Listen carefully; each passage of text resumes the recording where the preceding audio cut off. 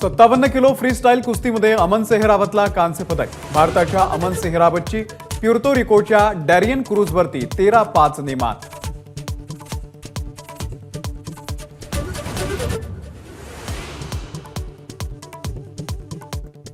विनेश फोगाटने केलेल्या अपिलावरती सीएएस मध्ये सुनावणी पूर्ण। भारताकडून हरीश साळवे यांनी मांडली बाजू। आज निकाल येण्याची शक्यता।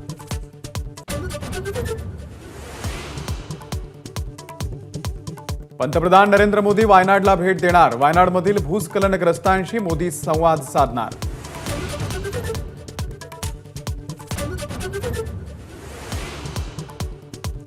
मुख्यमंत्री एकनाथ शिंदे यांच्या बालेकिल्ल्यामध्ये आज उद्धव ठाकरे यांची तोफ धडाडणार।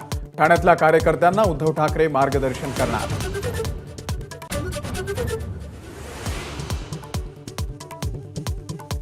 उपमुख्यमंत्री देवेंद्र फडणवीस आणि राष्ट्रीय स्वयंसेवक संघाच्या पदाधिकाऱ्यांमध्ये बैठक। राज्यातील भाजप स्थितीवरती सविस्तर चर्चा।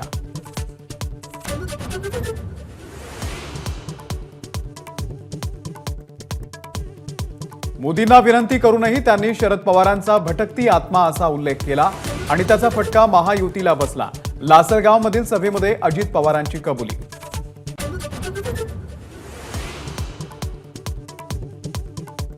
ठाण्यामधल्या यूएलसी केसमध्ये फडणवीसांवरती गुन्हा दाखल करण्याचा दबाव होता।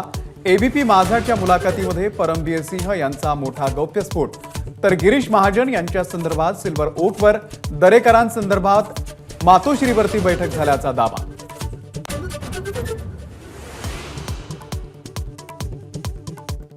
गुन्हे दाखल करण्यामागचे सूत्रधार अनिल देशमुख, पण त्यांच्या मागे शरद पवार आणि उद्धव ठाकरे।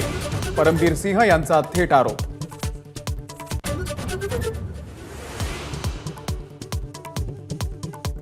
बीडमध्ये ठाकरे गटाकडून राज ठाकरेंचा ताफा अडवण्याचा प्रयत्न।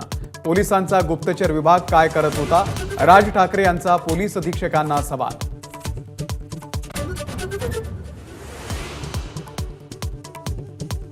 विधानसभा निवडणुकीसाठी महायुती आणि महाविकास आघाडीनं कसली कंबर।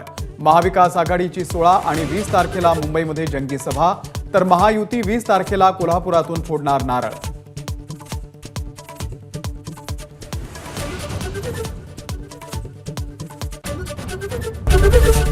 एबीपी माझा, उघडा डोळे बघा नीट।